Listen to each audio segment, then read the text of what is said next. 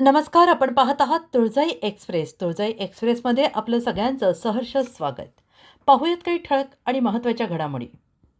गोपाळनगरात खुलेआम देहविक्रीचा अड्डा. नगरसेविका प्रियंकाताई गंगणे आक्रमक. पोलीस प्रशासनाला थेट इशारा. महाराष्ट्राची कुलस्वामिनी 3.5 शक्तिपीठांपैकी एक पूर्णपीठ असलेल्या पवित्र तुळजापूर नगरीतच बेकायदेशीर देहविक्रीचा काळाधंदा खुलेआम सुरू असल्याचा गंभीर आरोप नगरसेविका सौ प्रियंकाताई विजयसर गंगणे यांनी केला आहे.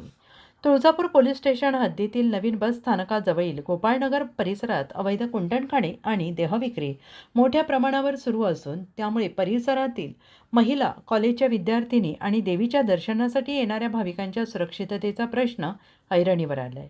या संदर्भात नगरसेविका गंगणे यांनी पोलीस अधीक्षक आणि तुळजापूर पोलीस निरीक्षकांना लेखी तक्रार देत तात्काळ कठोर कारवाईची मागणी केली आहे. संबंधित परिसरातून जाणाऱ्या महिलांना काही टवाळ प्रवृत्तीचे पुरुष आक्षेपार्ह भाषा वापरून त्रास देत असल्याचे भीतीचं वातावरण निर्माण झालंय. पवित्र नगरीत असे घाणेरडे प्रकार चालू राहणे ही अत्यंत लाजिरवाणी बाब आहे, असा थेट इशारा त्यांनी दिला आहे. या अवैध धंद्यांना आळा घालण्यासाठी लॉज मालकांवर कडक कारवाई करण्यात यावी अशी मागणी करण्यात आली आहे.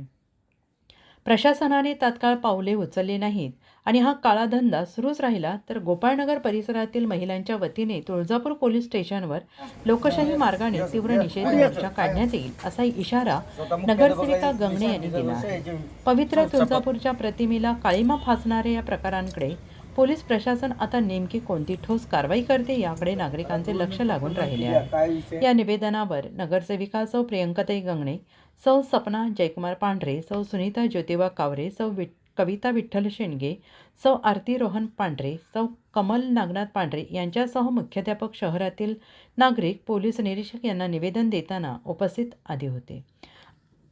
अशाच नाविन्यपूर्ण बातम्या पाहण्यासाठी आजच आमच्या चॅनेलला सबस्क्राईब करा, लाईक करा आणि शेअर करायला अजिबात विसरू नका.